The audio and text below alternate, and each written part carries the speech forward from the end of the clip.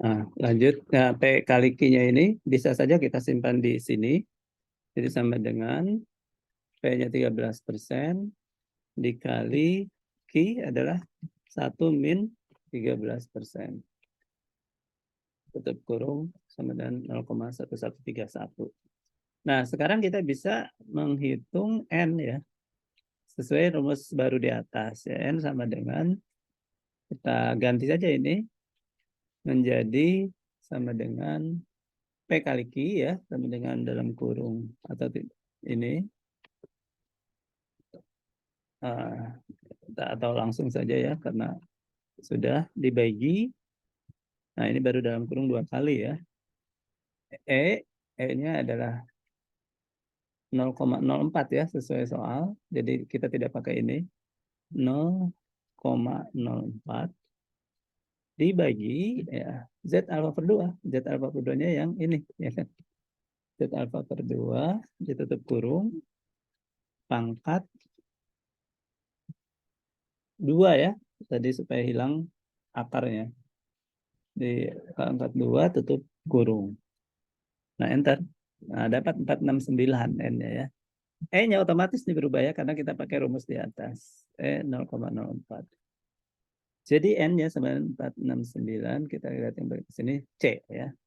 Sama dengan jawaban di sini, di maaf. Tutup tadi ya. Oh ya ada. C, oke. Nah, yang lainnya saya belum cek ya. Mudah-mudahan tidak ada yang salah lah. Bisa dikerjakan di template itu. Ya, yang penting memang kalau yang pilihan ganda ini terutama pemahaman ya. Teman-teman kalau waktu belajar itu baca ya, insya Allah ini. Dan saya selalu mengajak kita membaca jadinya agak lama itu ya supaya nangkep ya, paham yang dibahas itu. Nah, ini pilihan ganda mengecek pemahaman. Nah, kita coba lihat sekarang yang esai ya. Esai ini yang pertama ini. Satwa liar ini ya, mengumpulkan data. Ini sebetulnya kan tinggal pakai data ini kan disesuaikan, gunakan analisis data. Ini saya ada di sini yang sudah diberikan template-nya ke teman-teman ya. Nah, ini di halaman regresi kayaknya. Nah, regresi ini. Regresi ini. Nah, ini kita bisa ambil kata hanya chess-nya saja ya. Jadi langsung data ya. Nah, ini kemarin kalau ada yang bertanya saya udah sampaikan ini. Kalau tidak tahu kan bisa bertanya ya. Nah, ini maksudnya ini dapatnya dari sini kan data analisis. Nah, cuma menu data analisis ini harus di add in tambahkan dulu ya dari apa namanya harus download dulu. Nah, ini ambil saja regresi. Regression, nah input ya range-nya kan weight ini kan. Enter. Kemudian X range-nya adalah chest ini. Enter ya. Ini udah semuanya nggak usah diklik juga nggak apa-apa atau output range-nya seperti di sini misalnya ya. Atau output range ya. Nah, di sini aja. Nah, ini kita klik OK. Nah, otomatis di sini akan masuk ya kan.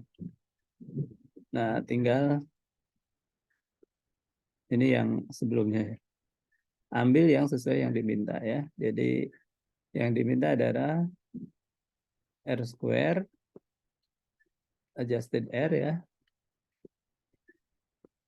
Sama apa di soal itu ya, sama P value ya. P value-nya ini 2.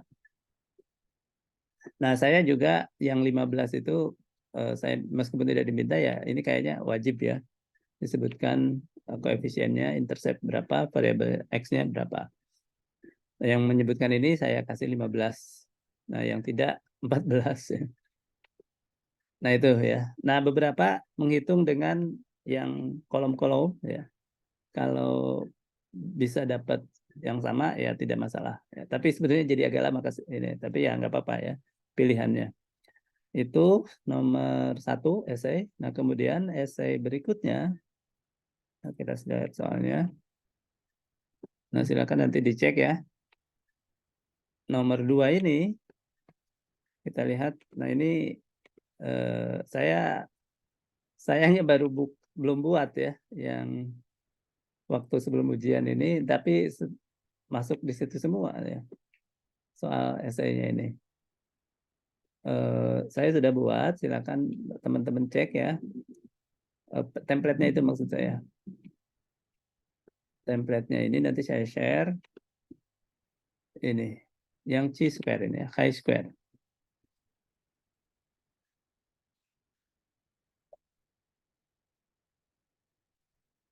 Chi-square ini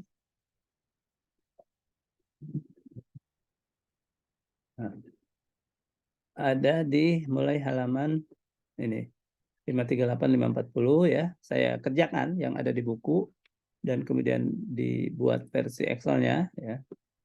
Nah, tapi juga beberapa p-value gitu di buku tidak ada, saya cari cara yang lain ya. Jadi ini rumus ada di situ ya. Nah, yang 549 ini itu ada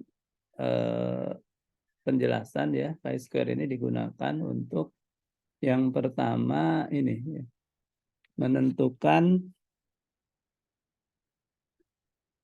kalau di sini yang pertama ya.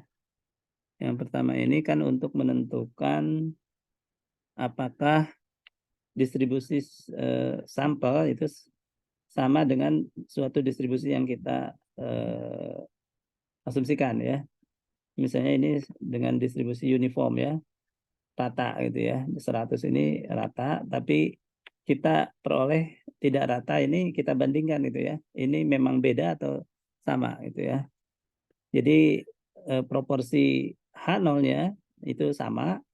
Nah, kalau proporsi H1-nya ada yang tidak sama lah gitu ya dari setiap kategori yang diberikan ini.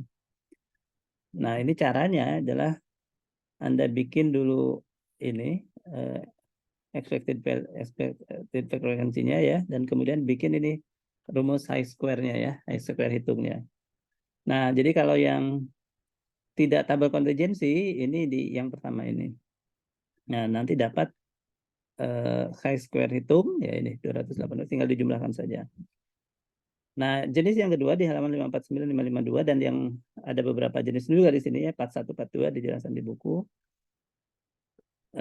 Oh ya, sementara ini kalau nanti mencari apakah H1 signifikan atau tidak, kita cek critical value ya.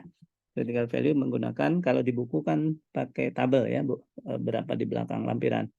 Nah, ini bisa dicari dengan, nah ini saya dapatkan dari internet ya. Critical value ini bisa dihitung dengan menu ini. Apa ya, fungsi ini ya. Nah, p-value-nya juga bisa dihitung dengan fungsi ini ya. Nah, sama-sama. Jadi sama dengan hasil yang ada di buku ya. Jadi kalau ada soal yang seperti ini tinggal di copy paste ke situ. Nah, sayangnya yang soal ini tidak ada juga ya. Jadi semua ngumpul di sini nih. Yang kedua ya. Jadi soal sukses failure apakah tergantung kepada jenis tindakan yang dilakukan ya. Nah, itu di buku kan dijelaskan. Nah, ini seperti tadi tapi ini namanya tabel kontingensi ya, karena ada lebih dari 2 kolom dan 2 baris ya, atau lebih dari 1 kolom 1 baris. Dan ini frekuensinya seperti yang kita bahas waktu kita bahas probabilitas ya. Nah, kita buat total dulu di sebelah kanan dan total di bawah ya. Kemudian kita buat expected frekuensi di bawahnya. Nah, itu caranya adalah dilihat dari total kolom dibagi dikali total baris ya, dikalikan total kolom lagi ya. B6 dibagi dengan ini 253 dengan N ya. Dengan N. Nah, itu setiap baris ini dibuat rumusnya ini. Yang sebelah kiri ini $7 ya. Yang sebelah kanan B-nya tidak di harga mutlak di dolar kan ya. Yang ini, tapi yang ini sebelah hurufnya yang didolarkan ya. Yang ini karena N supaya tetap dua-duanya B dolar 9. Nah, dengan cara ini kalau kita copy ke kiri ke bawah, ke kanan dan ke bawah itu akan sesuai dengan yang diharapkan ya. Jadi yang ini karena ini apa namanya? kolom kedua ya, jadi ambilnya ke sini kan, sehingga pas tadi kita copy hurufnya tidak kita dolarkan, dia bisa pindah. Jadi ambil ke kolom, kalau kolom pindah. Ya. Nah, tapi yang ininya tetap harus di atas kan, maka D-nya harus dipindah, tidak boleh dipindah, tapi tetap di D ya. Kalau tidak di dolar nanti ambilnya ke sini ya. Jadi ini tetap di dolar D3 sesuai yang kita harapkan. Nah, kalau ke bawah tapi nanti yang ini harus ambilnya yang baris kedua ya. Maka ini yang dikunci dolar D-nya tapi angkanya tidak ya, supaya kalau turun ke bawah ngikut ke bawah. Nah, itu caranya ya. Jadi nanti kalau problem 3 ini, problem 2 ya, sorry. Ini sebetulnya bisa dengan ini ya, termasuk contoh ini. Independen tidak independen kan?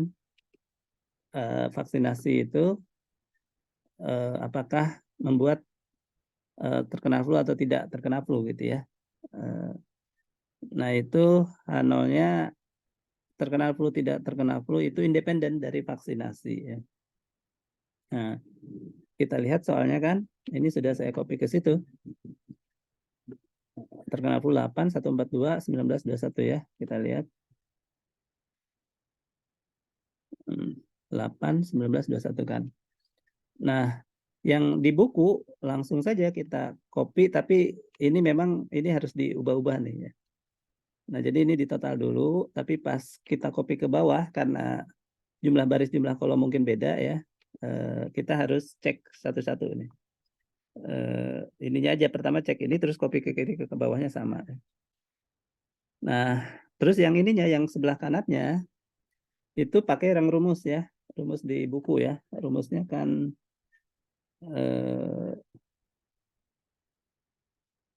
ini ya, yang ini B3 min B12 gitu ya. Jadi sampel dikurangi estimasi, expected ya, pangkat 2 dibagi B12, dibagi expected lagi.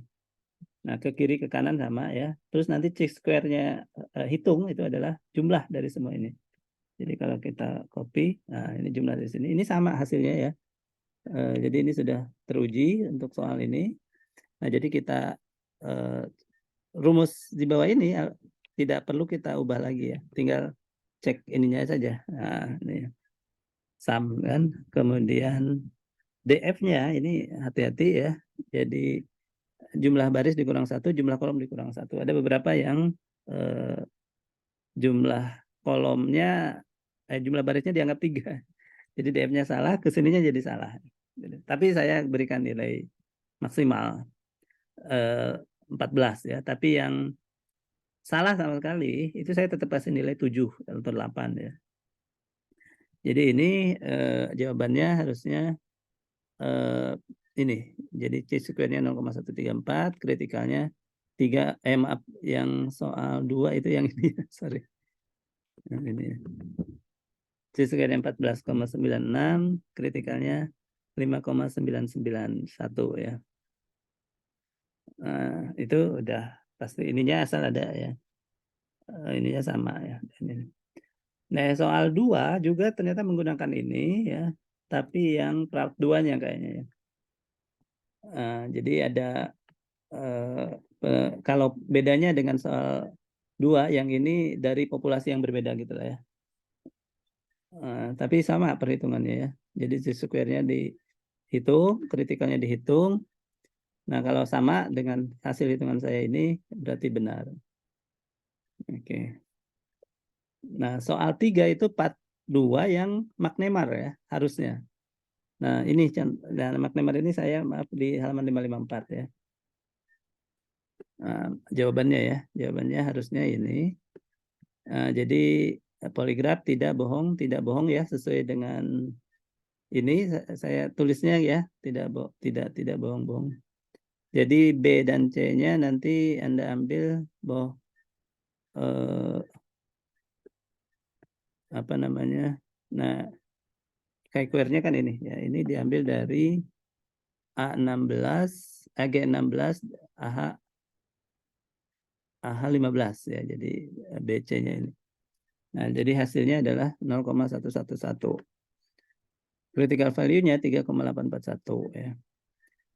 Nah, cuma memang soal 4 ini sesudah saya cek ya, ada yang mengerjakan dengan, nah ini, versi 2 ini ya. Ini memang mungkin bisa juga ya. Dan sesudah dimasukkan ke sini, ini hasilnya juga sama, gagal tolak H0 ya. Hasil ternyata independen ya.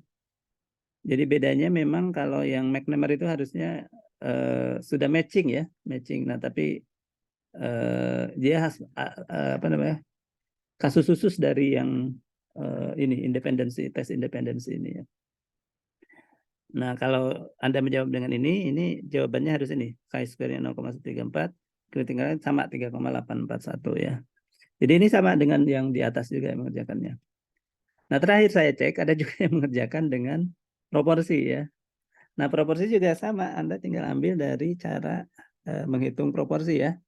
Cara menghitung proporsi saya sudah kasih kan sebetulnya di yang pertama ini, yang bukan Chi-square ini kan di halaman belakang ya. Nah, ini tinggal copy saja ke sana ya. Nah, hasilnya sudah saya buat di sini ya. Nah, ini hasilnya Z-nya ini 0,4472 ya. Apa namanya? Nah, ininya alfanya kan 1,645. Nah, minus 1,645 karena Z hitung 0,447 di luar area signifikan ya, berarti tolak 0,447 dengan 1,45 ya. 1,645 kan di luar. Jadi yang harus bukan di sebelah kanan tapi di sebelah kirinya nilai kritis ya. Berarti tolak H0 juga ya. Sama dengan jawaban di sini. Gagal tolak H0. Nah, jadi kalau tolak H0 kalau di dalam area signifikan. Itu 3 versi jawaban versi 4 ya. Nah, saya silakan dicek teman-teman ya kalau saya mungkin ada keliru koreksi karena soal 4 ini ada 3 ya. Ya meskipun yang lain si satu-satu aja ya. Nah, silakan ditunggu nanti sampai jam 1 lah ya. Karena saya harus memasukkan sebelum jam 5. Terima kasih. Assalamualaikum warahmatullahi wabarakatuh.